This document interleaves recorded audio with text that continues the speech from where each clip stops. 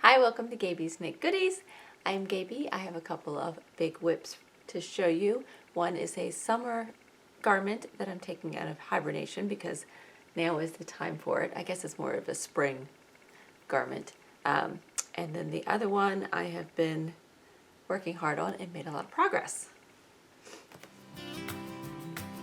You can find me at Gabie's Knit Goodies on Etsy and on Instagram. My yarn also has an Instagram handle, GKG Yarn, where I just post lots of yarn pictures. Yeah, so I love to knit, and I do a little crochet and a little stitch work as well, but I primarily talk about my knitting on here. And I have 3 kids that I homeschool, and I also teach knitting and crochet and some other handicrafts. Yeah, and I have a wonderful husband. And I hand dye yarn because I love yarn. All right, let's get into it. First off is an exciting whip that you guys saw when it was much smaller. Let's see if I can show it all. There you go. This beauty, isn't so pretty? Salty Days sweater. I will put the designer's name here and a link to it down below. I think her first name might be Veronika. This is the back. So this sweater is knit out of 1 skein of DK weight yarn held with a Kid Mohair and Silk lace strand. So that equals kind of like a worsted, or you could even use it as a heavy worsted weight in a pattern that calls for that. This particular pattern does call for a DK weight held with the lace weight. And she says in there you can also just do the DK weight by itself. I do feel like that would be a little bit of a loose gauge for a DK weight by itself, but you just have to experiment, and it all depends on the yarn too. So this is knit out of Gogh Almond Blossom inspired colorway that I made. I had a wonderful suggestion for this colorway, and I've done it on fingering weight, Kid Mohair and Silk, as well as DK weight. Now I'm sitting in a different spot, and I don't know how well my lighting is showing up. So if this isn't showing up well, I might just put like a picture of the yarn up.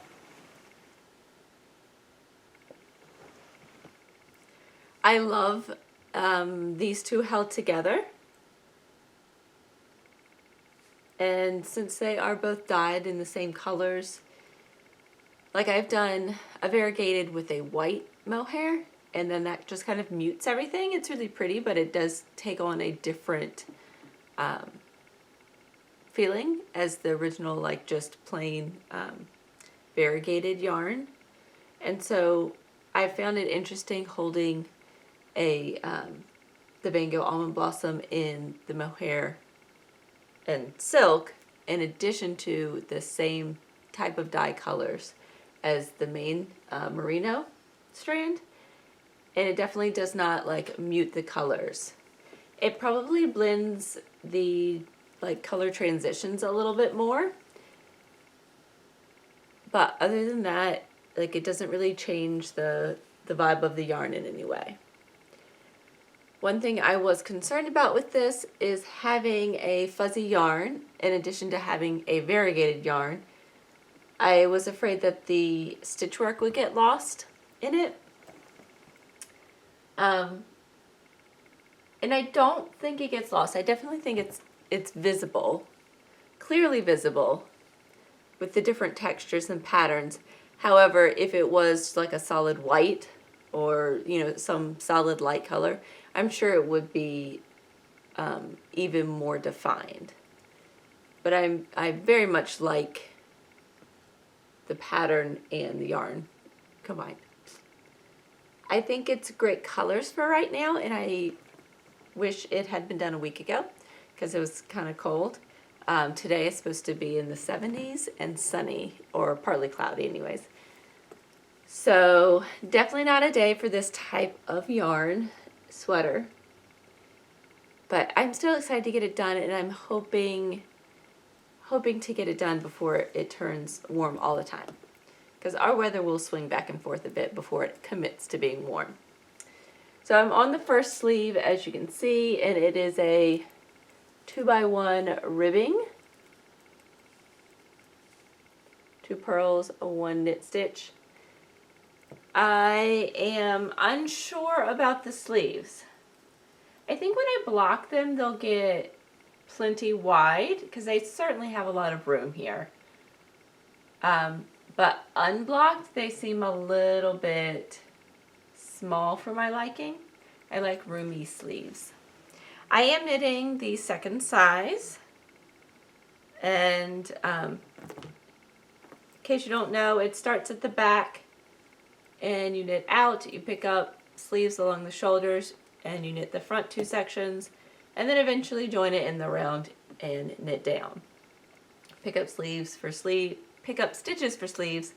and the neckline.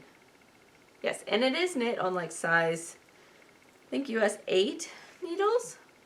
For the main needles, 5mm US 8. So the main needles are pretty decent size, so it does go by fairly fast. The only thing that slows it down are, especially this pattern with cables, and then just paying attention to like this little diamond eyelet pattern here. But other than that, it's fairly quick. And I don't know what else to say about it. I'm happy with it. And I can't wait to get it done. And I'm crossing my fingers that I can finish it before it gets warm. Yeah. Alright. Salty days. We'll see you again soon. I have not decided to put it in hibernation, even though it's getting warm. I'm really like crossing my fingers on finishing it. And maybe wearing it like once or twice in the evening. Hopefully.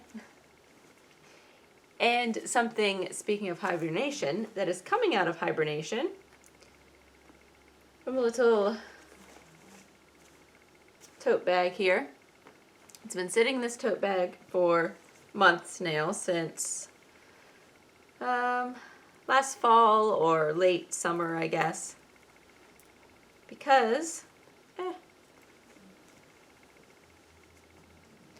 it is cotton. This beauty, isn't that pretty? Okay, I've got a blue theme going on today. This beauty is the Ingrid summer top, or the Ingrid summer sweater, I think. Again, I'll put the designer here and down below a link. And this is knit out of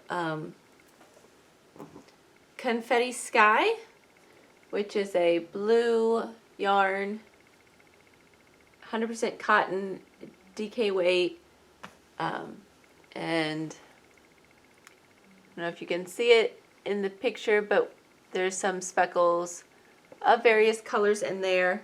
It is primarily a blue all over, but it has some dark blue little speckles. You can kind of see here. And it also has some like pinks and yellows and stuff, which makes it more fun to knit. Yeah, I'm excited to take this one back out. Cotton is not my favorite to knit with, but for summer it works perfectly, of course. And this is a perfect one for this time of year, so I really wish I had thought about this like a month ago and taken it out of hibernation and finished it up, because like I said, it's supposed to get in the high today in the low 70s, but then it started off as like 40 degrees or even lower than that. So this would have been the perfect top to put on, because it wouldn't have been that hot, but it would have kept me a little bit warmer in the mornings. It has eyelets. It's a very simple pattern. You're just doing stockinette stitch until you get to like these little purl and eyelet rows. And you just keep repeating that. Yeah. And I think this is a similar construction to the other one, and that you knit the back panel and then pick up at the shoulders and knit the front, and then eventually join it in the round and go down. If you were around last summer looking at my podcast, I made large mistakes. By large mistakes, I mean giant armholes. I was reading centimeters, but thinking inches. And so I kept knitting flat before joining in the round until my armhole was like way down here. I don't know what I was thinking. So I ended up creating a little panel and inserting it in here to cover that up. I can totally see it, but due to its location, I think it's going to be okay. Yeah. So now it has a normal armhole and not one all the way down to my waist. Yeah. You can see the two little seams right here. It's not supposed to be there. So, I think that's about all I have to say about that one. I think it's knit on like size 5 needles, US 5s maybe. These have rubbed off, so I'm not sure what these are. Yeah, I don't have too much longer to go on this sleeve. It's like the same point as my other sweater. And then I need to do the other sleeve and the top, and I just wound up another ball of it. So I think that this might get me through. Yeah, this should totally get me through the rest of the sweater. I'm hoping. So wish me luck on this one. I don't love, like I said, I don't love knitting with cotton, so this isn't my comfort knit. However, it is fairly mindless. So it has that going for it. So hopefully I'll want to pick it up when I just want some mindless knitting, and I will get it finished in time to wear it in the springtime. So I need to finish it in like soon. In terms of knitting, that's all I have right now. I am doing, like I said, a sewing handicrafts, fiber arts class for middle schoolers. I also have a knit and crochet class for adults. Oh, I don't think I have that sample in here. I'll have to bring it next time. Next time I'll show you. I learned Tunisian crochet so I could teach my students because they were interested in that. And that was really fun. If you're not huge on crochet, but you just want to try something new and you already know how to crochet, that is a good thing to try because I found it much more soothing. Like I find knitting very soothing, and I found Tunisian crochet, much more soothing than regular crochet. So it's something to think about.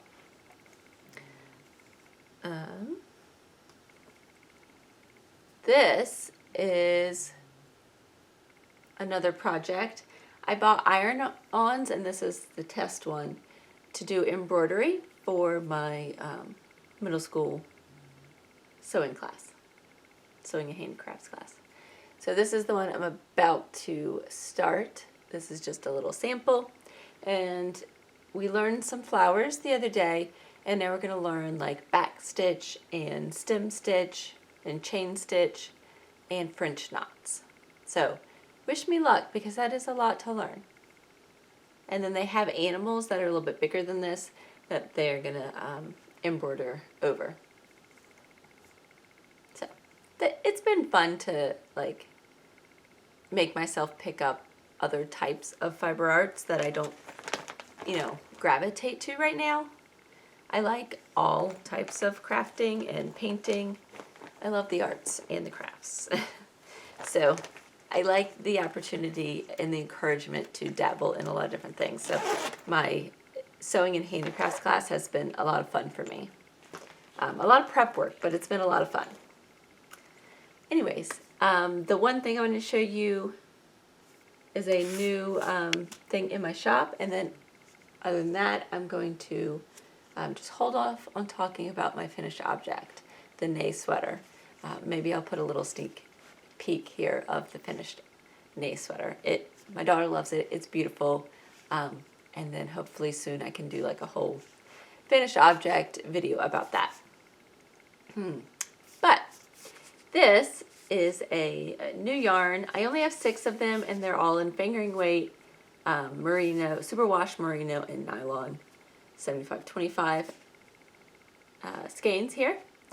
But this is called Just for Fun, and I was playing and experimenting and just doing some fun dyeing. And I don't know if I can make this exact colorway again. I might be able to, but currently I don't have plans to. But like I said, called Just for Fun, and depending on how things pick up based on my lighting, it is a minty green, and it has little speckles and splotches of hot pink and kind of like a forest green in there. Primarily those colors here. A little bit of purpley color. But like its name implies, it's just for fun, which I feel that knitting sometimes gets a little too serious. And it's just for fun. If we really wanted the finished object, then we'd spend less money and buy it. So if you're not having fun in what you're knitting, then my suggestion is don't do it. Figure out what does make you find joy and happiness in your crafting, because anything you're crafting should not be fun. It needs to be fun. So the thing I really like to play with in terms of color are socks and small projects like that, because they're just fun to knit with, or fun to knit on pretty yarn and bright yarn, because I wear it on my feet, and it makes me happy when I put them on. So anyways, happy crafting, and I will talk to you again soon. Bye.